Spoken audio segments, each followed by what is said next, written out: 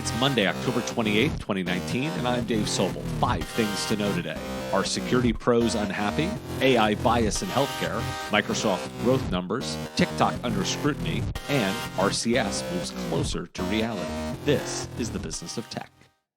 Exabeam has released a study on job satisfaction around being a security professional. Their results show 71% of respondents are satisfied or very satisfied with their positions in 2019, compared with 83% in 2018.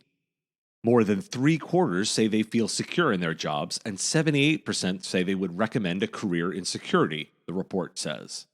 But 62% of respondents say their jobs are stressful or very stressful, and 44% feel they lack work-life balance. 40% of respondents are actively job searching. More than half, 51%, are motivated by poor compensation and unsupportive leadership, which is interesting given the median salary is $75,000 to $100,000. And 53% of respondents report salary satisfaction, up 35% from last year. Diversity is still a problem, with more than 90% of the respondents being male, an increase from 2018, and proof of security's gender gap. Why do we care? Staffing remains the number one expense for solution providers, and security talent is even harder to find than IT talent. Data to help make decisions here. From MIT Technology Review, quote, an algorithm that many U.S. health providers use to predict which patients will most need extra medical care is biased towards white patients, according to researchers at UC Berkeley. The researchers dug through almost 50,000 records from a large, undisclosed academic hospital and found that white patients were given higher risk scores than black people who were equally sick and were therefore more likely to be selected for extra care. The researchers didn't say what the software was, but the Washington Post identifies it as Optum, owned by insurer United Health. The algorithm didn't include race in its decision-making, but it did include patients' previous healthcare costs. For socioeconomic and other reasons, black patients have historically incurred lower healthcare costs than white patients with the same conditions.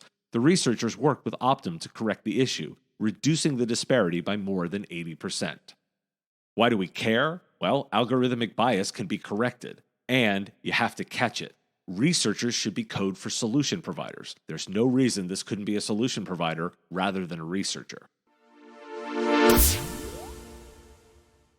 From channel partner Insight, quote, Microsoft has continued its relentless growth in the first quarter of its fiscal year, with demand for hybrid infrastructure driving up sales. For the first 3 months ending 30th September, Microsoft saw revenue increase 14% year-on-year, while operating income climbed 27%. The vendor saw growth across its 3 business areas: productivity and business processes, intelligent cloud, and more personal computing. Revenue is split evenly between the 3 units, but the cloud division, which houses Azure, saw the strongest growth at 27%. Microsoft does not disclose Azure revenue, but said that sales increased 63%, the lowest growth since it started revealing the figure in Q1 2017, end quote. Why do we care? These growth numbers align with the opportunity for the ecosystem around them, productivity and business processes, and intelligent cloud to be sure. This is easy tea leaf reading. Senators Chuck Schumer and Tom Cotton have started investigating TikTok for national security reasons. Their investigation focuses on data collection practices and whether the app adheres to censorship rules directed by the Chinese government that could limit what U.S. users see.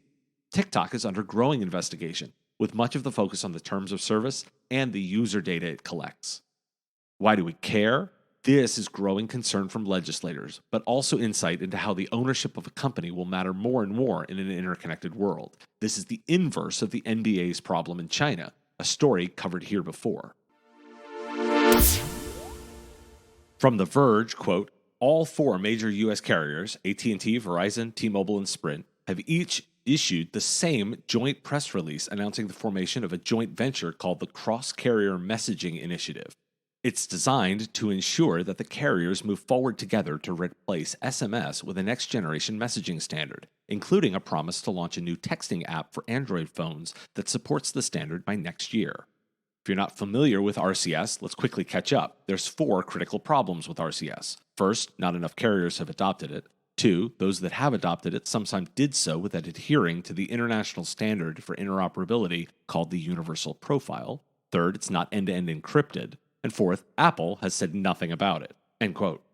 Why do we care? SMS is a pretty significant standard, so changes here are impactful to everyday use. Will the green versus blue bubble debate be affected? Let's find out. Today's episode was brought to you by the Killing It podcast. 3 experts, 3 topics, 30 minutes, and 1 focus on making money in IT.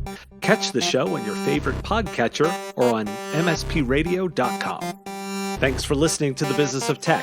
You can find us online at mspradio.com, in your favorite podcatcher, in your news flash for Amazon Alexa-enabled devices, or find episodes on Facebook, Twitter, and YouTube.